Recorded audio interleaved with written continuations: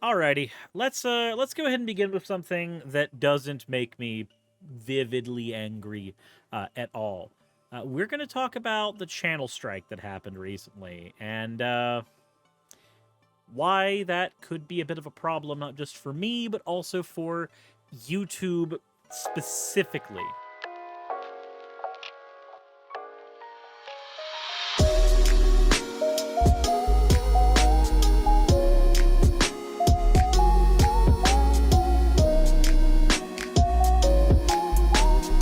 RTOT said dusted off the rust off of my art skills by doing a Hades style Suris, as well as having a version where the screenshot looked like it was directly from there. Ara, you fucking degenerates, throw your neck coins this way, you wretches. Oh my god. That is great. The next one we have is from Pernia. It said, thanks for, this is for Chemisol and Sport Shorts meme. The animation is traced from the first opening of Ranma 1/2 because I was being lazy. You know, you call it lazy, I call it really fucking cool. Especially since Ranma was one of my favorite anime growing up. The last one we have here is from Bon Bon Berry. It said, very gentle baby. I am proud of this one. And actually might start opening up chibi commissions as well. It stares. It stares. It knows what you did. It judges you. As always, thank you all for your fan art submissions. If you want your fan art to be shown in a future episode, Growlithe will keep barking. Hi, honey. While I'm recording. Yes. Okay. It's a border collie. Hello, welcome to Dog Ross. How to paint a sunset.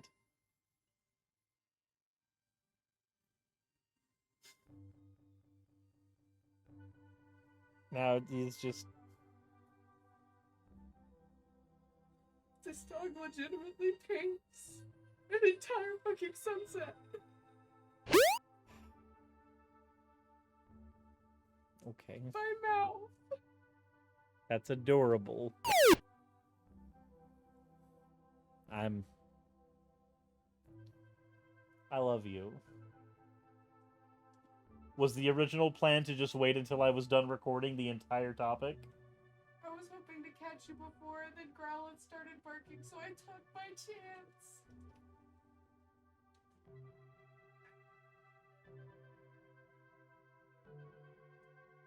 Everyone in this house. Every one of them. Every single one. Jesus. Anyways. Oh, what's going on? I'm not going to explain that my partner just came into the room and showed me a TikTok while I'm trying to record. I'm not. Anyways, as always, everyone, thank you all for your fan art submissions. If you want your fan art to be shown in a future episode, the best way to do so is drop to the fan art section of the Discord. With that said, if you haven't already subscribed or done any of that other fun stuff, please consider doing so. But let's go ahead and get into the topic at hand right away. So, for those who have noticed, or people who watch my channel daily, one, what the hell is wrong with you? Two, I need to ask, what the hell is wrong with you? Also Nitro, yeah, it's when I'm recording a video, I don't want to be interrupted, and Growlithe was all bark bark, and then it happened. So anyways. So recently I received a channel strike on YouTube, and we'll talk about that channel strike here in a second, but if anybody wanted to know why videos hadn't been coming out for the past 7 days, when you get a channel strike, you stop being able to upload for about 7 days. Now, I appealed the channel strike, and they decided that they wanted to maintain the strike. I asked when I appealed the channel strike to tell me what exactly caused my channel to be struck down. So, the information that I was given was that I gave out COVID misinformation in my video. And the video itself was the interview with me and Cooney, Eldritch Mom. So, that video, I've got a lovely screenshot here from my Twitter. That video is struck down because of terms and policies. And after I appealed, they said, we've reviewed your appeal of the following. We reviewed your content carefully, and we've confirmed that it violates our medical misinformation policy. We know that this is probably disappointing news, but it is our job to make sure that YouTube is a safe place for all. We will not be putting your content back up on YouTube. If your appeal was for a warning, you will not be given another warning in the future. Blah, blah, blah. It's taken down. Zervis Gaming, thank you for subscribing with Prime. I appreciate it. DJ Sataki, thank you very much for giving me your points for an Ada. You fucking degen. So, I went ahead and tweeted at YouTube for this because I wanted to have a conversation with anybody at YouTube who would know or care. Said, hey YouTube, question. Where in the video did I spread medical misinfo? I would love a timestamp so that I know exactly what I did wrong so that I would not violate your terms of service again. This should literally be policy all the time anyways, because I feel that YouTube does have a responsibility to mitigate the amount of misinformation that is on their website. 110%. I believe that that is a thing they can and should do. Ravalern? Really? On this one? Okay, fine. Whatever. I don't hate myself or all of this. Ravalern, thank you for redeeming your points for the 50,000 and one of them you decided to throw at me because that's going to be an ooh woo. Ooh woo. Anger and rage. Anger and rage. Withering of State, thank you for the follow, and Daisy Hazy, thank you for redeeming your points for an owl. Owl. I want to make a backup on Dailymotion. All my episodes are already backed up on Odyssey. They all go there as well. So let's go ahead and talk about some of the problems here. Before we get into how YouTube responded to me, let's go ahead and point out what a channel strike means for somebody whose career is on YouTube.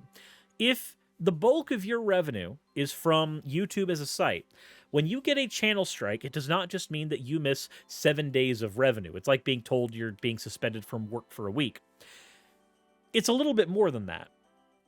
Because the way YouTube, well, the way the algorithm works is if an episode gets struck, the algorithm is less likely to show you to other people. Not because of the strike itself. I'm fairly certain that has nothing to do with it. But because if you have a consistent upload schedule and then you interrupt that upload schedule, interrupting that upload schedule screws up the algorithm.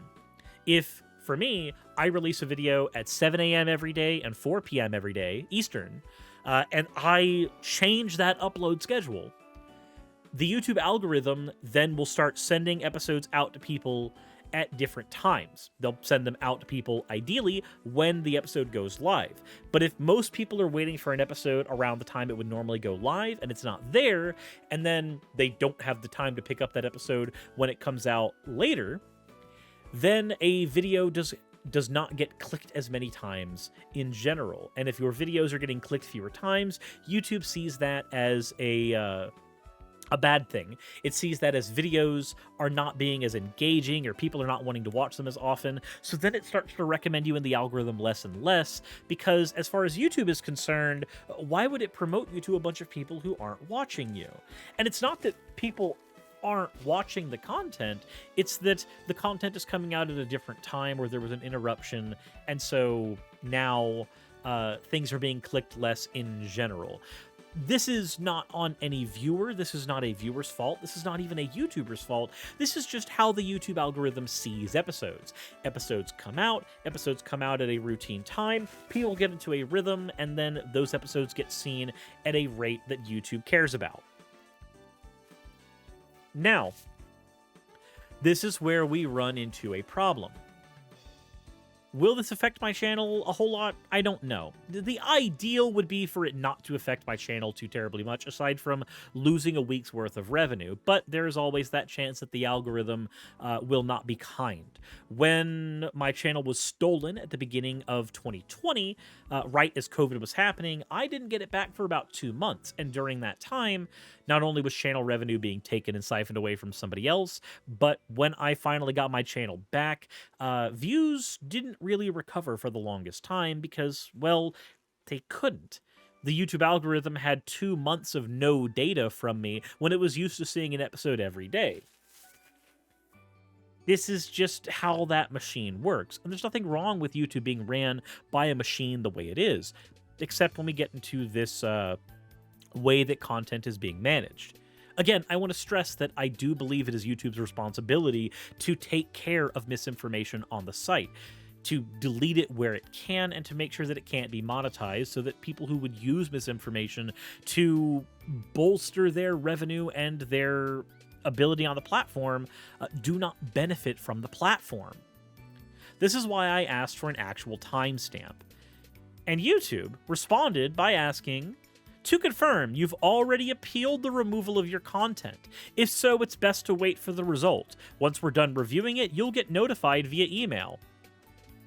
So then I pointed out to YouTube that I've been there and done that. I'm also fairly certain the entire system is automated, as I specifically requested for a timestamp and was not given one in my follow-up email. When I did my original request to YouTube to tell me where I had messed up, where I had given misinformation, I asked for a timestamp. Please tell me where in the video I said the wrong thing so I know what wrong thing I said. The video is 1 hour and 8 minutes long, as it turns out.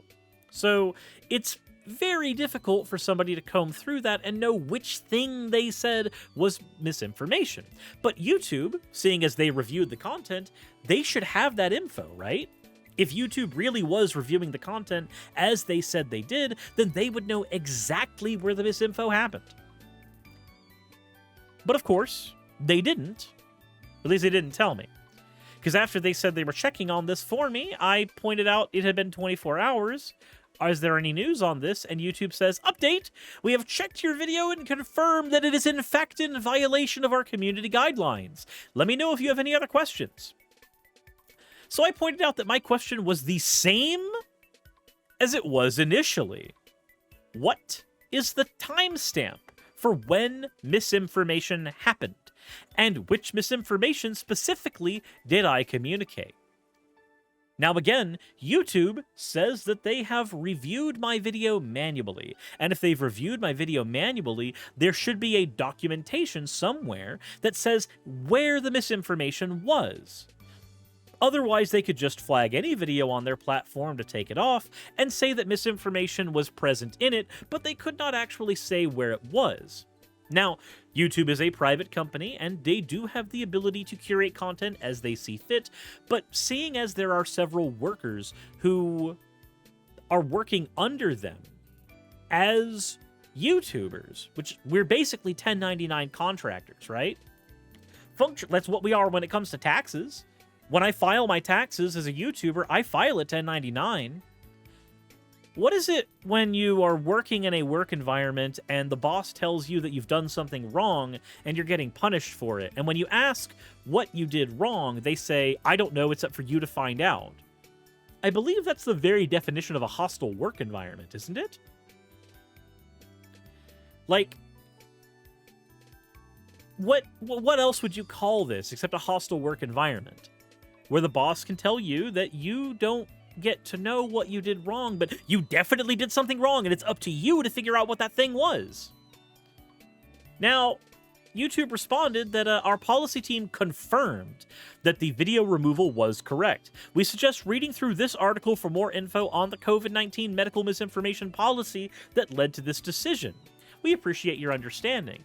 And while I appreciate having a long article to read through that will tell me, you know, what problems there were with what I said, I don't know where I said anything that would constitute any of this. content that encourages the use of home remedies or prayer, content that claims that there's a guaranteed cure for COVID, content that recommends the use of ivermectin, content that says that hydroxychloroquine is an effective treatment. None of these things are things I've said. Claims that guarantee there's a guaranteed prevention method for COVID. Content that recommends use of ivermectin. Content that claims hydrochloroquine. This is all the same shit again. Claims that COVID vaccines will make people who receive them magnetic. Claims that an approved COVID-19 vaccine will alter a person's genetic makeup. Claims that a COVID-19 vaccine does not reduce risk of serious illness or death. All this stuff is stuff that I communicate on my channel all the time. But I'm not saying anything that I said in the video. Content that claims that it's not caused by a viral infection, content that claims it's not contagious, content that claims it can't spread via certain climates or geographies. Content that says that COVID-19 doesn't exist, content that says that people haven't died or gotten sick from COVID, and then it lists various examples based on all the things that I just said. Now, none of that... And again, like, all of that is available publicly for anybody who needs to see it. But none of that is stuff that I said in the video where I was talking with Cooney. But I did point out that when they said we appreciate your understanding, I said I don't have any understanding. I've asked explicitly for a timestamp. I can look blindly in any article that you send me 1,000 times and still have no understanding of what actually was violated. Please provide the timestamp of when I gave the misinformation and what misinformation I gave. Because as it turns out, YouTube, I have no idea what the hell I did wrong. And you can't tell me what I did wrong because you refuse to tell me where I did it wrong. What I said, how it was said, in which way it was misinformation, juxtaposing it to what is showed in the WHO. None of that is forthcoming on YouTube's part.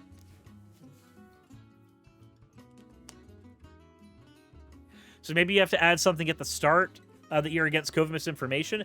I don't think giving magic words at the beginning of a video is going to solve the problem. The closest thing I could find when scouring the video myself, which I shouldn't have to do because YouTube should be providing a timestamp of when and where this happened so that I can know where to look so that I know what I messed up on. Could be this day. Are people still against wearing masks? Oh, fuck yeah. Jesus Christ.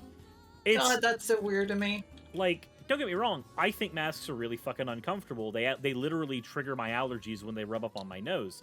I do not like wearing them. But if a place says, hey, we require you to wear one, guess what I'm going to fucking do? I'm going to wear one. And if I don't have one in my car, I'll fucking buy one. In Japan, people wear the masks. Like, they've been wearing them for, like, quite a while. Well, it's also no real complaints. Well, because for you guys, it was already part of culture over in Japan. Like, if you felt cold-like symptoms, you put on a mask before you go outside so that you didn't spread it to other people, because that was common courtesy for a country that has such robust public transportation. In the United States, we are very individualistic. So people will go, I'm sick, but I'm going to go out and not wear a mask because that inconveniences me. And it's none of your business if I'm sick. Anyway, that's the logic people will use. But it affects more than them. So the reality is, yes, it does affect more than them. They don't act like they don't understand that? Okay. So I can scour through more, but this is about the only conversation where COVID came up in the video that I could find scrolling through the entire thing. There might be more. If I scroll through, let's see here. I could not tell you how many microns large COVID is, and they could not tell you how many microns large a droplet of water is. And then they could also like the whole So this whole conversation with me and Cooney, where we're talking about other people spreading misinfo. We are talking about people who do not know what COVID is. We are talking about misinformation. Apparently talking about misinformation is enough to constitute a strike. So it's not just that you can't give COVID misinformation. That's understandable. I would be perfectly okay with that. But you can't even talk about the misinformation.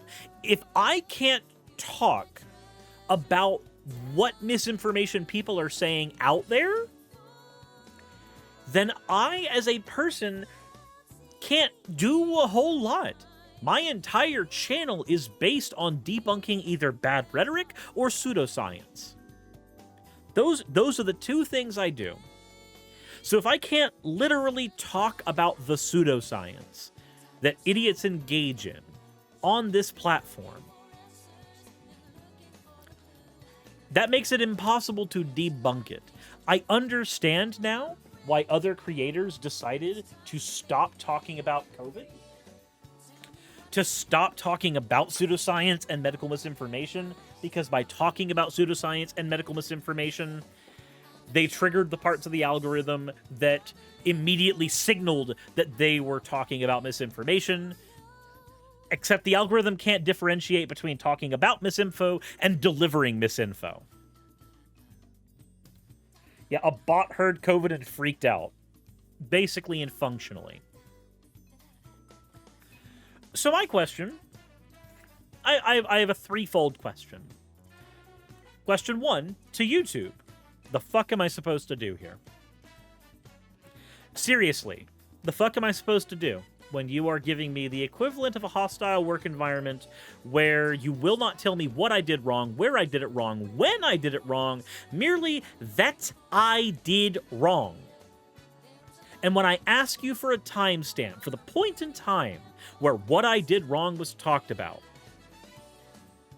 you refuse to give it to me. How am I to learn? How am I to know? By what mechanism am I to understand when you, as the company, refuse to provide one? The second part of my threefold question is to my audience. What would you do here? In this situation, would you merely stop talking about misinformation? Would you stop talking about these harmful practices that people engage in? Merely so that you can maintain the stability and security of the platform that pays your bills? And I guess the last question would be to myself. What am I going to do? Because as far as I'm concerned, I'm still going to talk about COVID misinfo. I'm still going to talk about people who say dumb shit about this virus that has been affecting the world for the last 2 years. I'm still going to continue to do that. Been saying this for years. YouTubers need to unionize. Yeah, the thing is, there is a YouTube union, but it has no power. Like, there's a small YouTube union, but it does nothing. Edifan, I hope you never stop debunking misinformation of all kinds. Well, Freedom Inc., that's kind of my idea. I don't want to stop. I think it would be irresponsible to stop. But it's irresponsible to my own revenue and my own ability to survive if I don't stop. But what happens, YouTube, when...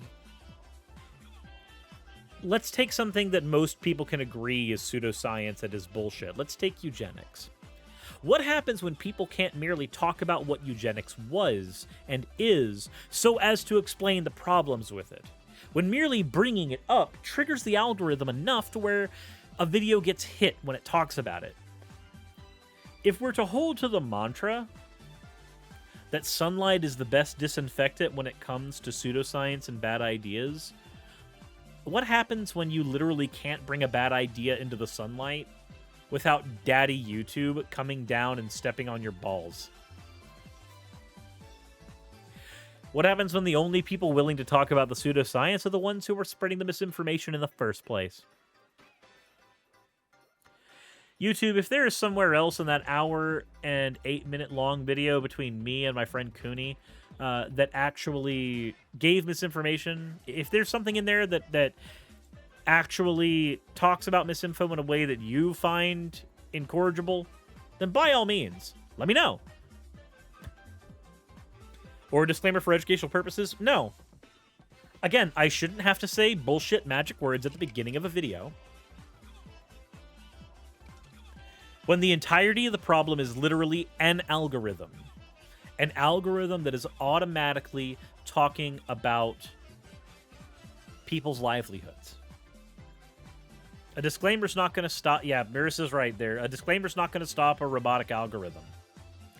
It's not going to do anything.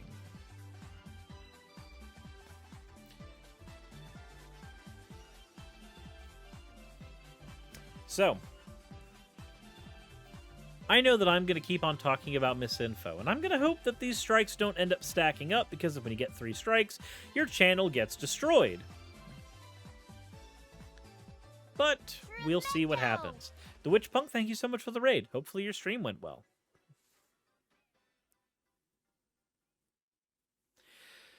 My only request to YouTube is to give a timestamp. Really, honestly and truly, I just want to know when.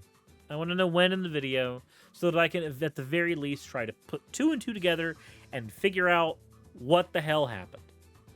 Much like how when my Steven Anderson video was taken off of YouTube because apparently doing a YouTube poop at that hate monger's expense constituted hate speech, somehow, magically. Likewise, we're here with the channel strike as well. And if you don't believe me, the Steven Anderson is gay video and a very old video on my channel, yeah, that was taken down for hate speech. And my appeal was rejected then, too. And then, of course, this one was taken down for medical misinformation with a rejected appeal there as well.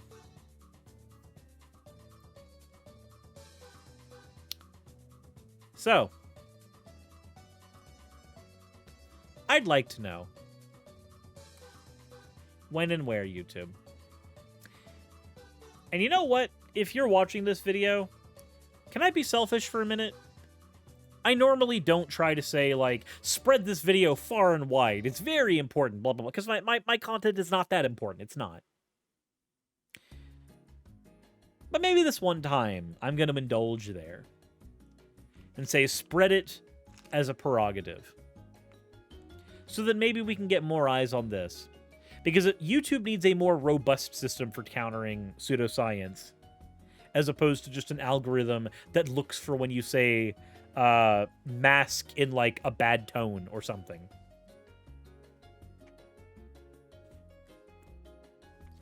So, let me know what you think in the comment section below. And, YouTube, if somebody on the staff, if an employee or anybody like that is listening over on there, which I doubt any of you are, but if you review this video with a human, do me a favor, actually watch the damn video, internalize what I'm saying, and send me an email with a timestamp for where and when I did the wrong thing. That would be incredibly helpful. Thank you. As always, everybody, insert end video tagline here.